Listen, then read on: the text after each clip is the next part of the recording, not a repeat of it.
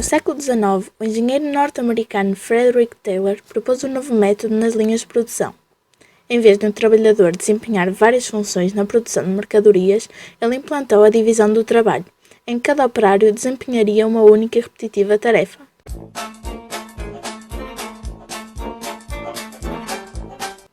Com a ascensão desse método, que passaria a ser denominado de Taylorismo, grandes proprietários de indústrias passaram a implementar esse método nas suas fábricas. A fábrica de automóveis de Henry Ford foi uma das primeiras a executar o Taylorismo através das linhas de montagem. Surge então o Fordismo, um modo de produção em massa baseado na linha de produção idealizada por Henry Ford. Foi fundamental para a racionalização do processo produtivo, na fabricação de baixo custo e na acumulação de capital.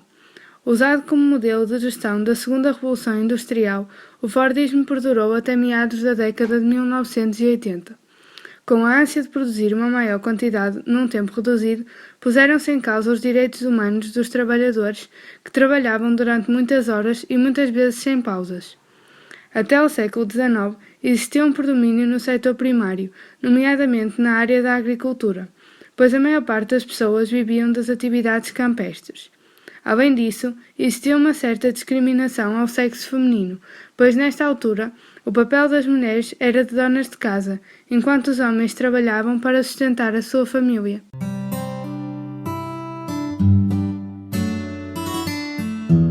Atualmente existem vários tipos de discriminação no trabalho, tais como homens versus mulheres, em termos salariais, precariedade, taxa de desemprego mais elevada no sexo feminino e cargos mais prestigiantes, como médicas e juízas, serem ocupados por um maior número de mulheres. Ainda grávidas e mães a amamentar, e outras tais como a idade, a deficiência, doenças como VIH-Sida, a religião e a orientação sexual. Em termos de esclavagismo, o excesso de carga horária deve ser repudiado, pois é uma regressão sociocultural e não traz propriamente mais riqueza e produtividade às empresas. Pelo contrário, traz mais doença, absentismo e privação. Em Portugal, trabalha-se demasiadas horas, colocando-se em risco a saúde física e psíquica. As autoridades de saúde parecem ignorar o fenómeno e as doenças psiquiátricas surgem como se fossem uma verdadeira epidemia laboral. Nos países do terceiro mundo, como por exemplo no Bangladesh, as crianças continuam a servir de mão de obra barata na produção de vestuário, trabalhando mais de 60 horas por semana, sobretudo em empresas subcontratadas pelas grandes exportadoras de moda do país. Elas recebem por mês algo em torno de 800 taka, a moeda local, o equivalente a 9 euros.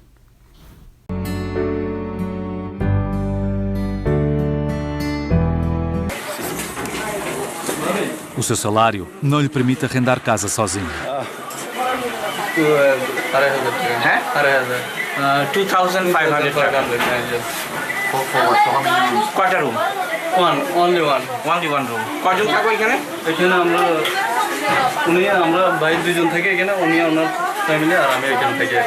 কোথায় থাকি? আমি কাছেনা থাকি। কথা বলে। Longe da fábrica de cortumes, longe dos olhares dos colegas e do patrão, ele foi o único que aceitou contar-nos como é realmente o seu trabalho. কয়টা থেকে শুরু করো কাজ? 6 o'clock.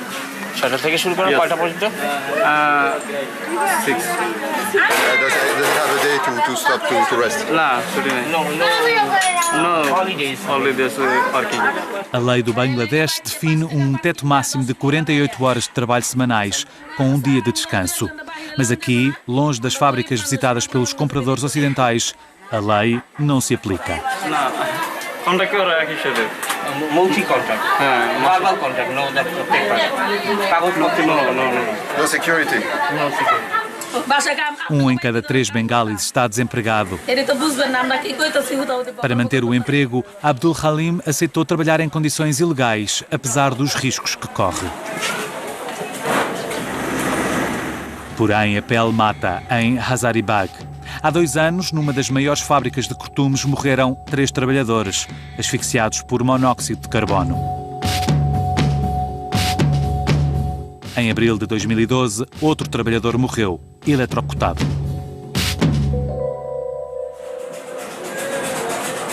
Segundo as ONG, 90% dos trabalhadores desenvolvem uma doença relacionada com o trabalho. São afetados tanto homens como mulheres, que, embora não manuseiem os químicos, inspiram os seus vapores.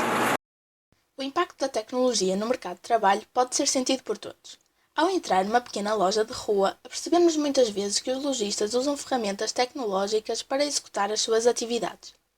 Todos os empreendimentos fazem uso de algum tipo de software ou sistema interno para organizar, administrar e realizar os seus processos, como operacionais, administrativos ou financeiros. Um sindicato é uma associação de trabalhadores que tem como função defender os seus interesses e direitos profissionais. Cada trabalhador é livre de nele participar e de se tornar sócio, sendo conjuntos de trabalhadores organizados num sindicato livre de estruturar e regular o seu funcionamento e definir as formas e os objetivos da ação coletiva. Estas associações assumem atualmente um papel primordial na nossa sociedade face às graves crises nacionais a que assistimos.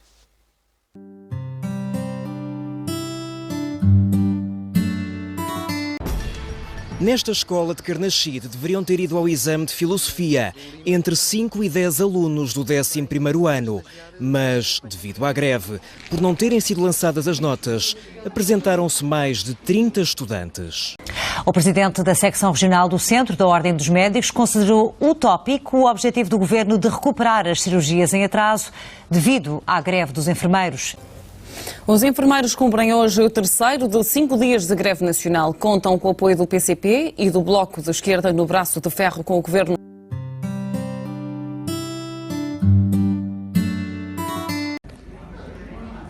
Tendo em conta as empresas todas que já trabalhou, tem alguma a salientar de mal?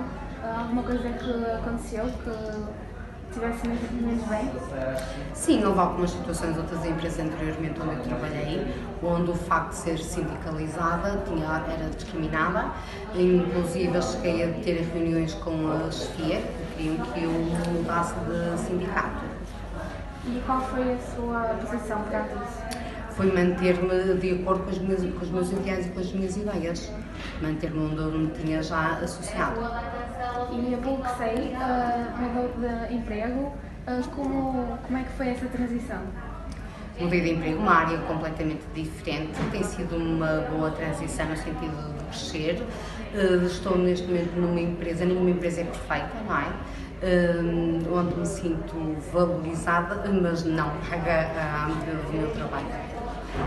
Muito bem. E em termos de condições, acha que as condições são boas e podiam ser melhores? Acho que as condições são médias, melhorar podemos sempre, em todos os aspectos, inclusive nesta empresa também. Deveriam ser melhoradas as condições, tendo em vista que somos uma empresa que temos muitas mulheres, não é? Portanto, deveriam ser criadas condições diferentes, por exemplo, a nível de sanitários. Muito bem. E já participou em alguma greve? Sim, já fiz parte de algumas greves. O que acha das greves? Acho que é um direito do trabalhador e digamos que é o último grito que o trabalhador usa para se fazer ouvir. Recorre à greve como última oportunidade. E em termos do direito do trabalhador, nesta empresa que trabalha, alguma vez já foi desrespeitado? Não, desrespeitada não, nem pelos meus colegas, nem pela entidade patronal, nem pela direção. Sempre me sinto respeitada enquanto pessoa e empregadora também, ou funcionária.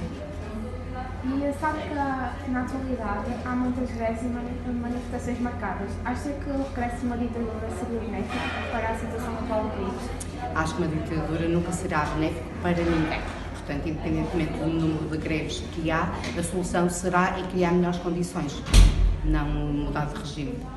Ok, muito obrigada pela sua colaboração. Muito boa tarde, foi um prazer.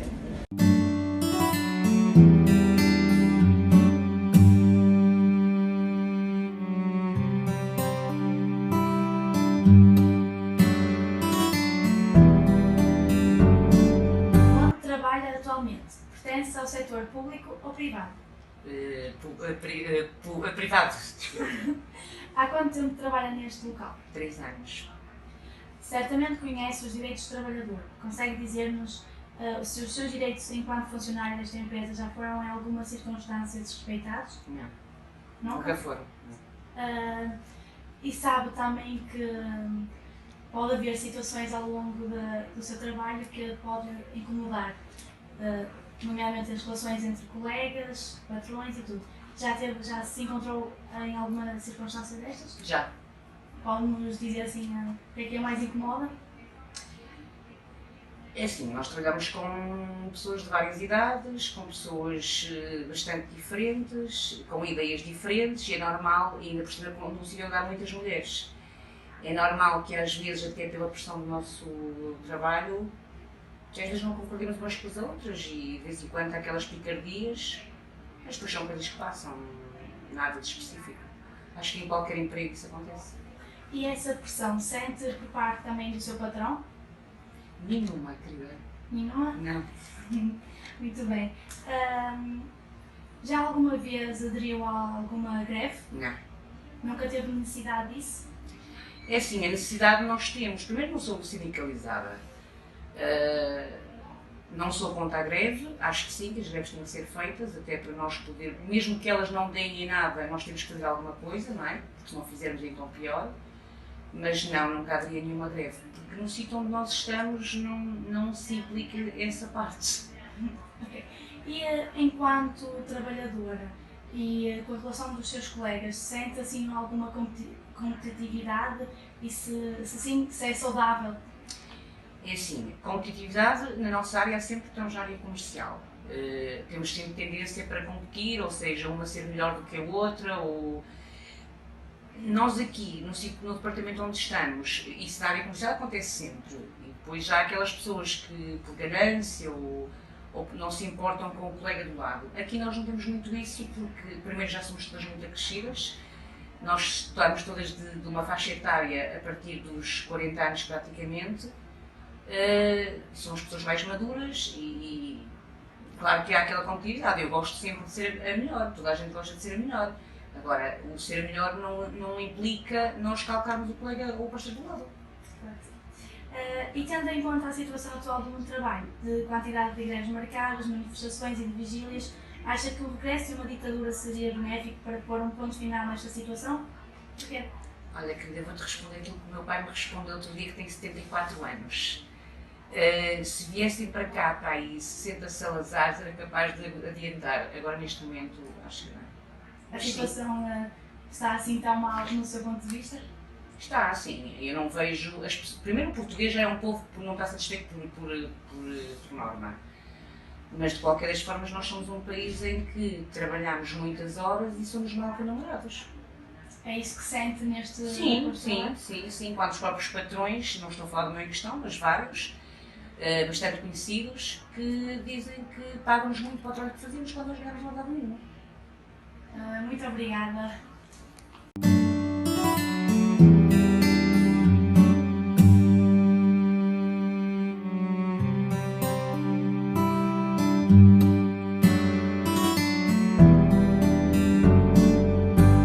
Ora bem, eu trabalho no Hospital São João, no Porto, portanto, no hospital.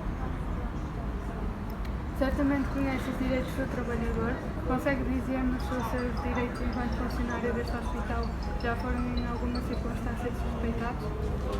Em todavia que o Código de Trabalho é uma situação de temos que estar legais, digamos assim, portanto eu acredito que as instituições de saúde realmente nos fazem ser cumpridas as nossas funções, assim que é um contrato mútuo, portanto nós como profissionais temos que cumprir esse contrato e seguimos um código deontológico e em relação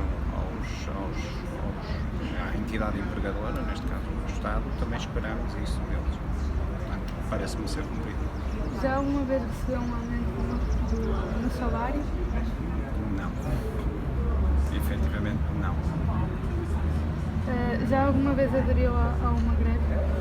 Já. Infelizmente já. E porquê que aderiu a essa greve? Vemos que quando utilizamos o direito à greve, que é um direito constitucional, verificamos que as nossas reivindicações não estão a ser cumpridas e nesse sentido é que optamos pela greve. Estamos num Estado de Direito, numa democracia, portanto, nesse sentido, o direito à greve é importante. Tendo em conta a situação atual do mundo do trabalho, da quantidade de greves marcadas, das manifestações e das vigílias, acha que o regresso de uma ditadura seria benéfico para pôr um ponto final nesta situação? Não defendo que a ditadura, apesar de ter nascido depois de 74, não acredito que a ditadura seja uma boa maneira de se viver, digamos assim, apesar de não ter essa experiência. Mesmo assim, acredito que a democracia, como os dias e a economia está, não favorece muito a sociedade nesse sentido. Tentamos fazer o mais possível para tentar ajudar os mais pobres e tentar realmente em que haja mais igualdade. Na democracia económica como hoje temos, isso não existe também. Cabe a nós decidir com o nosso único poder, que é o poder de voto. Enquanto enfermeiro, tem o conhecimento de algum adiamento de uma cirurgia importante? Não, essa é uma questão que é polémica hoje em dia. Eu trabalho no serviço de urgência, portanto não contacto exatamente com essa situação, embora acredito piamente que nenhuma cirurgia ou nenhum adiamento de alguma cirurgia ponha qualquer tipo de entrave à saúde do doente. Se tivermos uma situação gravosa, uma situação emergente, atuamos, ao final, como eu disse, somos uma classe que defende realmente e é regida pelo código deontológico e também há um juramento de Hipócrates que é feito por nós. E nesse sentido, as nossas obrigações, nem que seja um período profissional, claro que não vamos pôr nenhuma pessoa em risco. Eu trabalho num sítio onde toda a urgência é a urgência, portanto não vejo, nem me reflito, não me posso refletir também nas posturas que foram ditas e a população também precisa de ser instruída nesse sentido. O que espera ou o que deve fazer o governo português em relação a toda esta situação? É uma pergunta difícil, não sei o que é que ele deve fazer, mas aquilo que eu sei é que o governo deve ser mais justo e mais ponderado até nas acusações que nos diz. Embora a questão é que eles estão lá por um voto que foi feito, portanto nada disso. Ele terá que proteger as pessoas e, nesse sentido, aquilo que nós fazemos também é proteger-nos. Não sei porque é que ainda não chegamos a um consentimento, a um entendimento, digamos assim. Ainda não consegui perceber, porque aquilo que os enfermeiros estão a defender neste momento é um Sistema Nacional de Saúde que é para todos, não é só para alguns. Obrigada. De nada. No passado, os trabalhadores eram vistos apenas como extensão do meio produtivo, daí as degradantes condições de trabalho. Estavam expostos à fome, às horas excessivas de trabalho não remuneradas e a mais diversos tipos de doenças que encontravam terreno fértil em cidades recém-formadas. Graças ao grande fluxo de trabalhadores vindos do campo em busca de uma nova forma de prover a sua subsistência. Não raro, 2 ou mais famílias dividiam um quarto nas vilas operárias, que serviam tanto para abrigar os trabalhadores quanto para garantir a dependência destes em relação ao patronato, visto que as vilas eram de propriedades dos grandes proprietários. Hoje em dia isso já não se verifica, pelo menos em massa. Foi estabelecido 8 horas diárias de trabalho e 40 semanais e um salário mínimo. Com isto, o aumento de qualidade de vida do trabalhador proporcionou-lhe uma autonomia face à identidade patronal. Assim, devem ser respeitados todos os direitos do trabalhador, sem exceção, e em cada momento que eles são violados, podemos verificar que existe uma regressão ao passado. Milhares de postos de trabalho serão substituídos por máquinas inteligentes nos próximos anos.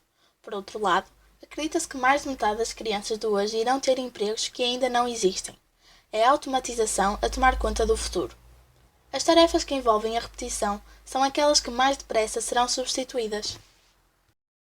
Enquanto as novas tecnologias reduzem a procura por trabalhadores com qualificações médias e baixas em empregos de rotina, também aumentam a procura por trabalhadores mais qualificados em áreas técnicas, criativas e de gestão. Daí a necessidade de dar aos trabalhadores as competências de nível superior que o mercado de trabalho em mudança exige. Diante disto, a evolução do trabalho deve ser vista como um processo de ajustamento dinâmico e não como um processo fundamentalmente destrutivo.